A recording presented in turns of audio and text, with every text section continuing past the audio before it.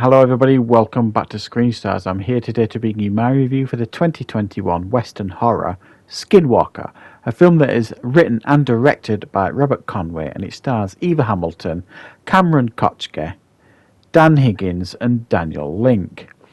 And the film focuses on an ancient Native American burial site that is looted by a couple of unscrupulous characters that essentially unleashes like a legendary creature, a skinwalker, that plays havoc on a bunch of characters. There is a sheriff and his deputy taking their bounty cross country.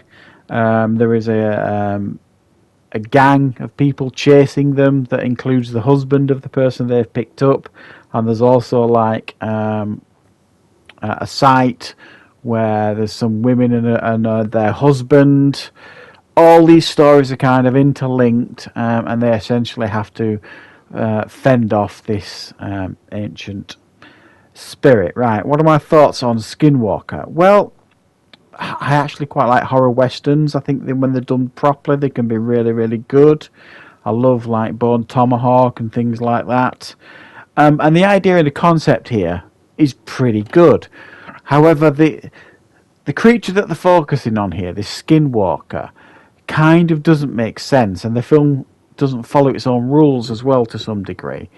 Skinwalker, from my perspective that I've seen in other films, doesn't behave like it does in this film.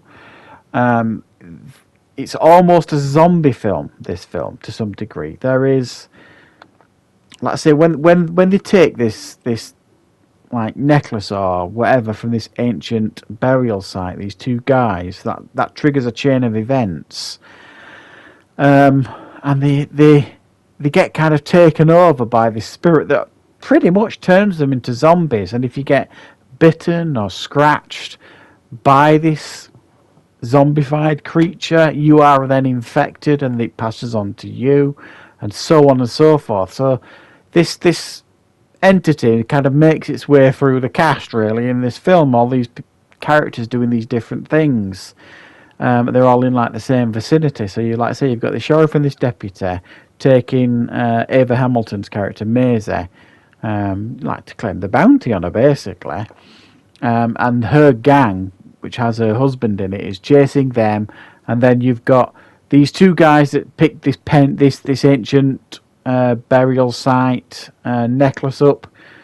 They end up going to this residence of this guy Willard and his wives. Yes, his wives. So all these stories interlink and things like that, and it does actually work quite well, the interlinking stories between them. And there's no real. Well, I think what this film does actually quite well. There's no real black and white here. There's a lot of grey characters in a sense of, even though this gang member are chasing his wife and this sheriff and deputy, they don't seem, horrifically terrible characters. They're not like picked straight out of a comic book. They're not, made out to be something they're not. They all actually feel fairly great. Even the sheriff, especially the sheriff, it feels quite a grey character. He could be good and bad depending on the situation. The only two really that kind of stand out as shining lights in this film is you've got Eva Hamilton, Maisie, and you've got this Riggs character who's like the sheriff's deputy. He's a kind of opposed to killing. It's not always his first choice. So those are the two characters that the film kind of rests on really in regards to this film. All the others kind of end up coming like cannon fodder, if you like, or just characters to be consumed by this spiritual creature.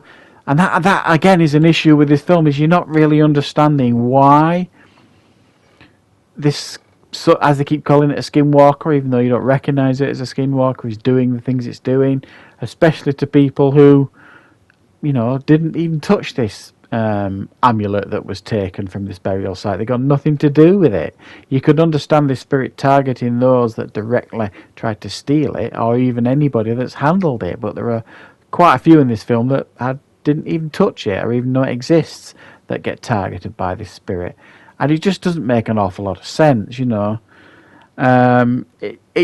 it's filmed pretty nicely. Some of the cinematography is actually pretty decent. You know, the outfits and the props and things like that make it feel quite realistic in that sense. I think they've done the best they can with this film in regards to its budget. And there are some fairly effective scenes with these zombie-like creatures, skinwalkers, if you want to call them that. They actually filmed to look pretty effective at times, and almost like, like the zombies in 28 Days Later, where they're just consumed with rage. It almost felt like these characters in this film that have been taken over by the Skinwalker are very much like the zombies in 28 Days Later, completely enraged. So it's actually fairly watchable, this. It's a decent attempt at a Western horror.